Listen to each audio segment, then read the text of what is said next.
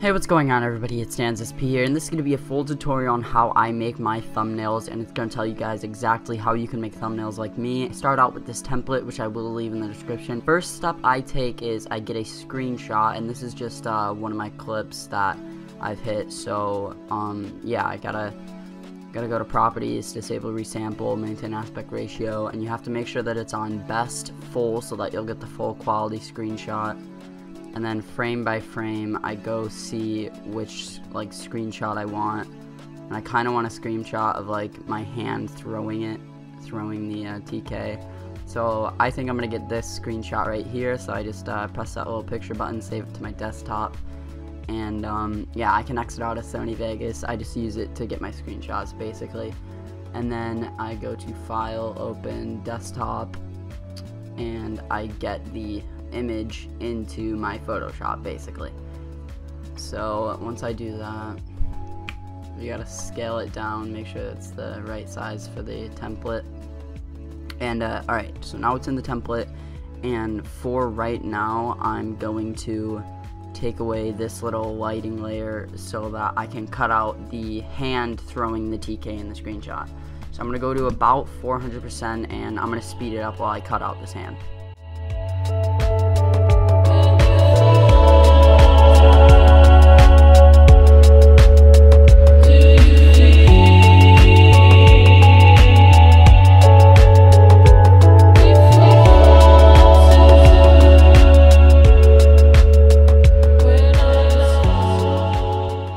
Alright, so now that I have this hand cut out, you make a selection and then press Ctrl J, and yeah, it'll be cut out. And then what I do is I take the hand and put it over this layer of lighting, and I choose what color I want the thumbnail to be, and I'm thinking this is just going to be an example thumbnail. I'll make it green, I guess.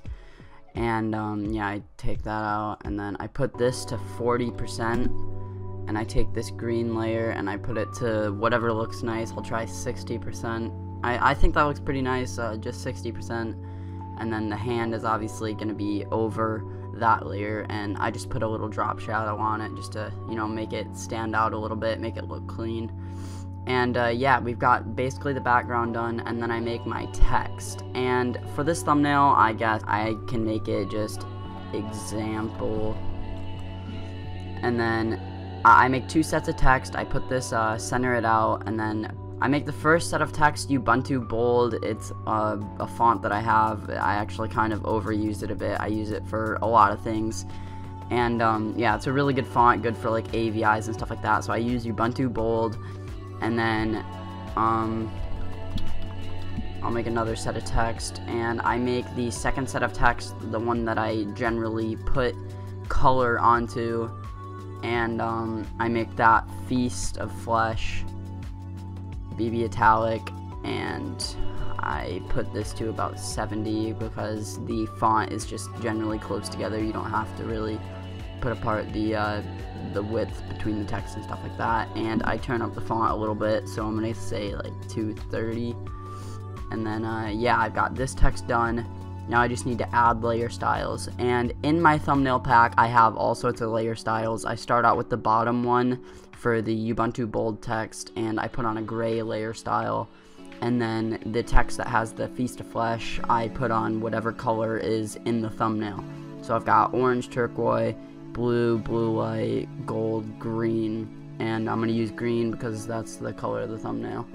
And then yeah, so I have my text ready. Now I just rasterize these, and what I like to do is I duplicate both layers and I drag them both underneath of each other, and using the arrow keys, I'll put a picture of those on the screen if you don't know what they are. I'm sure you do. And I press down 3 times, or 3 or 4 times, and then I duplicate them again, 1, 2, 3, 4, and I'll do it one more time, 1, 2, 3, 4, and it just leaves a cool little effect on the text. And then I click on the bottom one, and I click using the control button, I click them all, and I put the bottom text above the gray Ubuntu Bold text, and then I merge them all together, and here's my text. Basically I just showed you how I created it, and I scale it down, you know, get it in the right spot, and I put that underneath of the hand, because the hand will overlap it a little bit, or gun, I mean, just depends on your screenshot basically. Now I have that under the hand a little bit, you know, it's a pretty good placing. And then after I do all that, you know, it looks pretty nice. I'll hide this, and yeah, it just looks pretty nice. But I make my thumbnails look a lot better, because what I do is I take all the layers, including the bottom black layer, I duplicate them, I rasterize layer style, merge them together, and then I basically create like all my layers into one, so it's just one big picture. And then what I do after that is I duplicate that layer, and then I click on the bottom one and add a brightness and contrast, and I put the brightness to 120.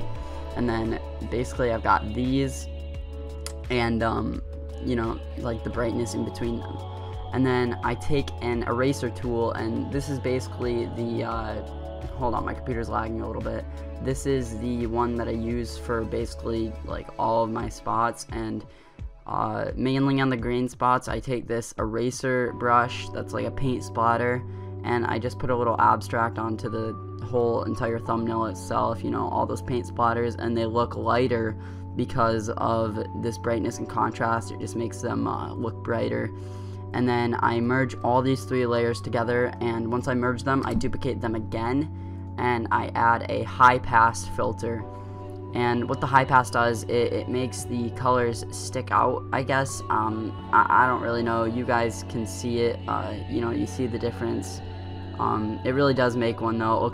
It makes it look a lot nicer in my opinion, and it makes the paint splatters, you know, have like a shadow looking effect.